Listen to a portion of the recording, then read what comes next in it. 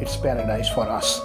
We will not leave Portsmouth for any amount of money or anything else because we love seaside so much. We are so used to and so attached to it. Particularly my wife, she would not move anywhere, even if we pay her £1 million. You don't realise till you actually go away from something just how much you miss something.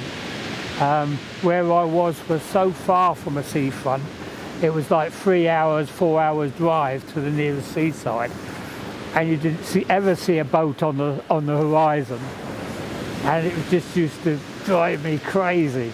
So I couldn't wait to get back.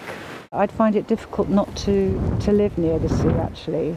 I do see the sea most days. I try not to take it for granted. I appreciate that a lot of people pay to come and visit and stay, and I'm lucky enough to live here and live near the sea. I've always just loved the area of the beach, no matter where it is. Portsmouth, I think, is very picturesque because of the lights from the Isle of Wight and Gosport and the other side of the Solent. You can see for miles around Portsmouth.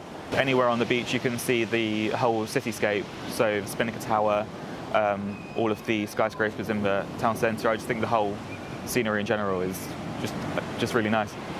The community in Portsmouth, they've got a really strong cultural identity and a really rich history, and I think lots of people that live in Portsmouth are really proud to live in Portsmouth, which is wonderful. I think they're just willing to get involved in their community. I'm part of a wonderful community. If you take part of that, there's loads to do. If you're not taking part in the community, and it's quite a common thing now not to take part, then you struggle to find it. I used to be chair of the multicultural group for 10 years, and we had festivals on the castle field here, and it brought so many people here, different nationalities, different music. People can come and relax and enjoy the day and mix with people of different culture. You've got your Port Solents and you've got your gun wharfs, where people, again, you sit out on the waterside and you're having a meal, you're having a shopping experience and all that sort of thing, right by the sea. And the one big thing that you notice, if you go to other places like Brighton, Eastbourne, you're on the beach and you look out onto an expanse. And that's all you see. You don't see anything. You might see the odd boat here and there. But down in Portsmouth, down in Southsea, there is shipping movement all the time. It's like the old train spotters that used to be on the bridge, a railway station, and taking down numbers. It's almost the same sort of thing now with the amount of ships and boats that are coming through. There's always something going through, whether it's commercial, whether it's military. There's always something to look at. And think, oh, look at that. That Brittany ferry's coming in from France. That container ship has probably come from China. And it's going past. It's all those sights and things that are very, very interesting.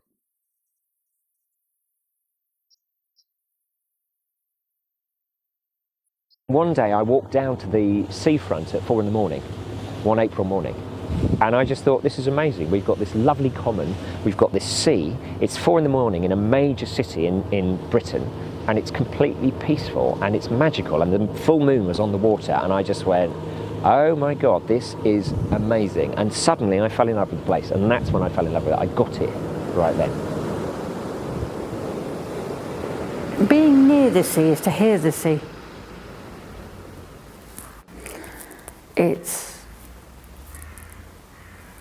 I think you can sort of smell the sea, can't you? Yes, it's that as well.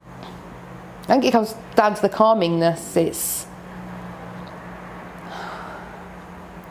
when you sit there and you're watching the sea and you're calming down, and you're looking at this bit of water and these stones, and they've been here for thousands of years, and it kind of helps put you back in your place, and it's that whole, everything doesn't matter.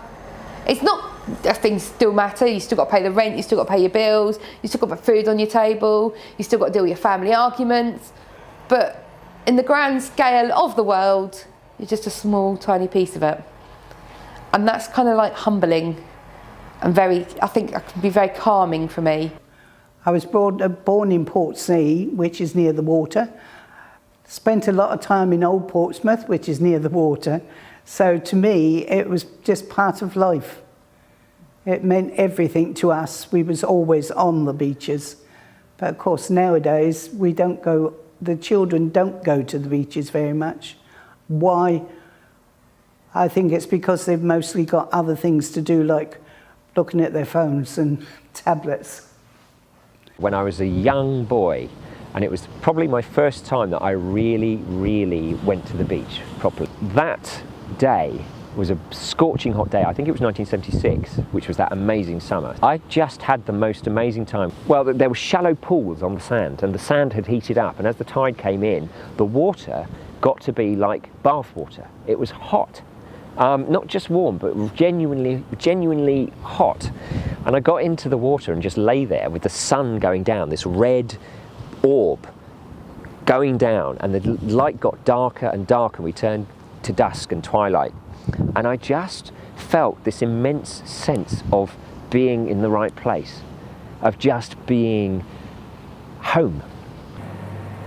I feel that I have an affinity with the sea. I've nearly always lived by the sea from the age of 7 up on the northeast coast. So, and as children we used to swim in the sea as much as we could. The rougher the sea, the better. And I don't know, I just like the sea, like the beach. I've worked on the beach. One of my first jobs was working on the beach. So it's just love being by the sea.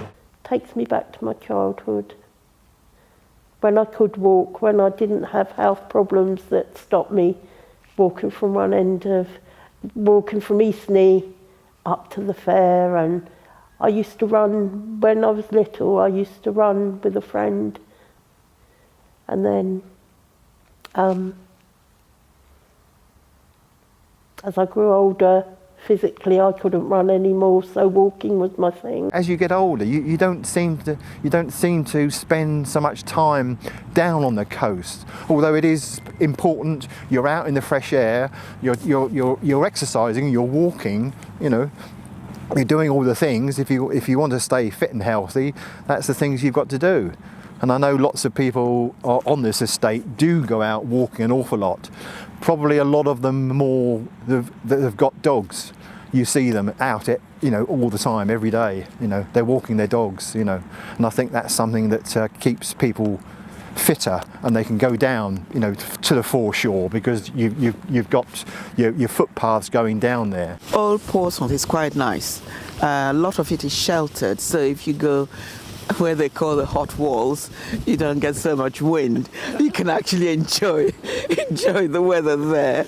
And if you want, you can sit at the pubs around there and have a drink and relax and watch the world go by. That's a good area. Around here, where there's the D-Day Museum and the ground is flat, having children, my children were young when we first came here, being free, and they can run around and not hurt themselves and enjoy, tumble around, that is nice. And then if you want a quieter area, you go towards the Eastney end. That's a quieter area, flatter and closer to the sea. And it's nice as you go along, you stop and you may talk to people as well who have stopped and seen something. That is the nicest things that you can have on one of those, because it's sort of tranquil, really, just takes you away from the modern life into something that's natural. And another thing I like about Portsmouth or Bournemouth or places like that it is not a sandy beach. Even though I like to see in the pictures sandy beaches, but I don't like to be on a sandy beach, because it's just, you bring all the sand with you. And this is so nice, clean. Pebbles are very clean. If you've got certain walkways where the sea meets wherever you're walking, whether you can see like the little fishes and all them swimming around in the sea and that, which I do love to see. Not knowing what you're going to see. It's, everyone thinks, oh, you just see a bit of water, but because you're along the coast, like I said, you'll see seals, or sometimes, say, around Farlington Marshes and Langston Harbour, you might see ospreys on their migration routes, for example, various birds of prey, what you'll see out at sea, and we're a bit quieter around the harbour ways, you can see jellyfish in sort of like the springtime, for example, and things like that. So there's always, you just don't know what you're going to see each day, and also the people you meet as well. You get your hellos and how you're doing as you pass people as you go. I think it's quite therapeutic, because when you go for a walk, especially if you go with someone, you tend to talk to each other, and whereas if you're at home, you're watching television or you're listening to the radio, or if you're out and about, especially by the sea, you just talk to each other. Well, you don't have to talk, but the sea's like a companion, I suppose. It's very friendly as the sea. As a creative person, it gives me that thinking time. And if I'm just going out for the walk, it's also an emotional, a chance to unburden myself emotionally, just to flush the feelings and stuff that's going through. Sort of, when I've had family issues recently, etc., in the last couple of years, that ability to just get out onto a path and walk and get the fresh air and get the sun on you when the weather's nice, and just to actually be able to, it sort of feels like it's flushing through you almost, the sort of tides washing it out of you. It's important, and I think more people should be out there. A few years ago I was quite poorly with, they said it was stress and anxiety, it was sort of, and when I feel like that, I get out, I come out, and I can feel like that, and I can come out, and within a couple of hours, I feel 100% better. It just got something about it. It's sort of, I think to myself, get yourself down. I'm at home and I'm not feeling very good, and get on the bloody scooter and, get on the scooter and get down the front. And within half an hour down here, meeting people, talk to people, I can go home and I can feel 100% better. If I'm upset or worried about something, I will go down to the sea and just sit and look at the sea, and I just like, a holiday to me without water isn't a holiday. A walk to me without water, be it a river, canal, the coast, wherever, is not a walk. So yes, I think it has huge priority over everything else. I like the countryside, but it pales into insignificant compared to the coast. In terms of physical well-being, I think the air definitely has a big impact. I'm an asthmatic, and there have been times growing up and when I have had projects in the city, I've found it quite difficult to breathe, and you can tell it's from either the pollution or the pollen is concentrated over the spring months. Whereas here, when it's a lot more open, it's fresh air from the sea, and I find myself using my inhalers a lot less than I have done in the past. So I don't know if it's a coincidence, but this is the only thing that's changed in my life, my geographical location and being close to the sea. I normally go down by car. Although I've got a free bus pass, in the bus company's wisdom, they've decided to change all the bus routes, especially in our area. If I wanted to go down to the seafront, I would have to catch 3 buses. I think most of the people that I know sort of are elderly never ever go down there.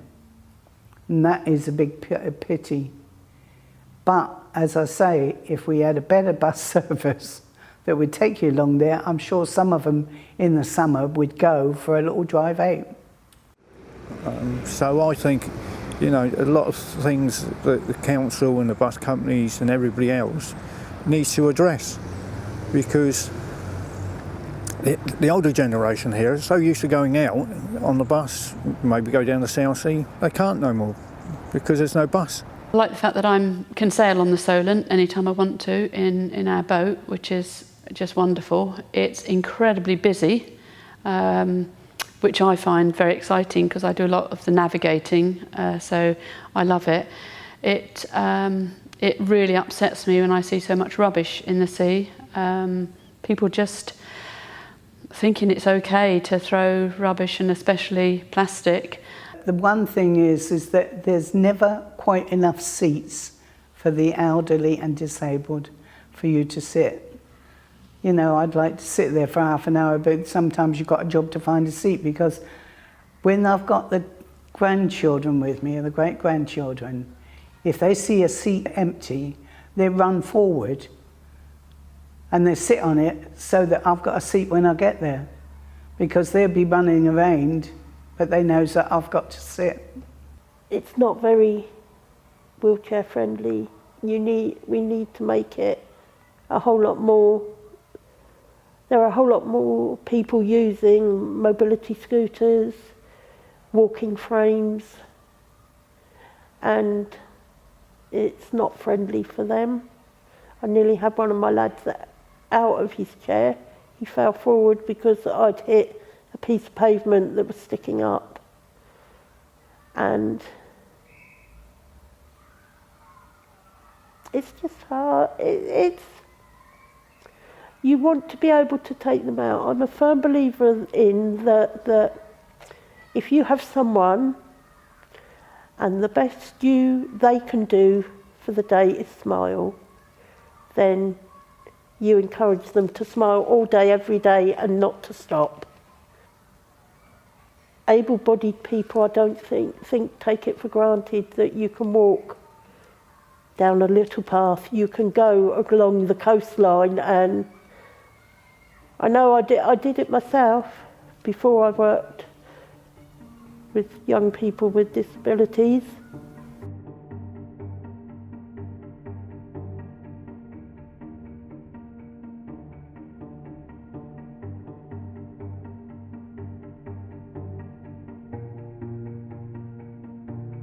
I think it'll open it up to a lot more people who may have been apprehensive about exploring certain areas because they didn't know if it was safe to do so or if you were permitted to walk along these paths, myself included. And especially for the younger generation, just going back to when you were younger, your parents were always like, don't go too far, or we don't know if you're allowed to go down there.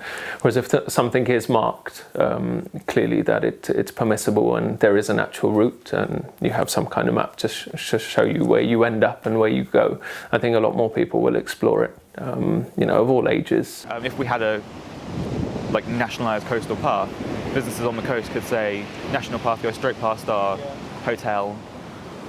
There's also opportunity for maybe independent businesses starting up within, around the paths, little cafes, restaurants, stuff like that. And that would obviously bring more business to the local area. The idea of it is a shared resource. The ability for anyone to be able to get to a point of information regarding the path, giving them options of short, medium, long walks, how I can do it using public transport or best place to park, and some snippets about as I'm walking. I can have a bit on whether it's on my phone as an app, or whether it's a pre-printed sheet. I can just print, a sheet I can print off. Just something so that they can appreciate what they're looking at as well, to give them that extra little bit of information, because they may only need it the first time, and then they may be able to take their kids or their grandkids with them, and they can look very knowledgeable when you explain to your grandkids, oh, along here these are Napoleonic fortifications, or that's a short-eared owl, or that's a harbour seal, and all off the top of their head, just because they'll have pre-walked it once or twice with a little bit of information. So that, anything to make grandparents look good. I think it's quite an ambitious proposal, but I think it's fantastic to do that. And hopefully you'll get different communities along the route to be involved in looking after their piece of coastal path. I mean, hopefully that will all be interacted with the proposal, with what's happening, because I think if people own something, they're more likely to look after it. I really seriously hope that no matter what government's in, power that this gets finished, that it just doesn't get halfway and government give up on it. It would be so important to so many people. That's exactly what we need, to be able to get to the places you can't quite get to discover places you didn't know were there. To give you something to do on a nice sunny day. I've never been to this bit, or I've been here but it's slightly different. And again, that goal to walk the 2,700 miles around the country. Not something I'll ever be doing, but you know, encouraging my kids to.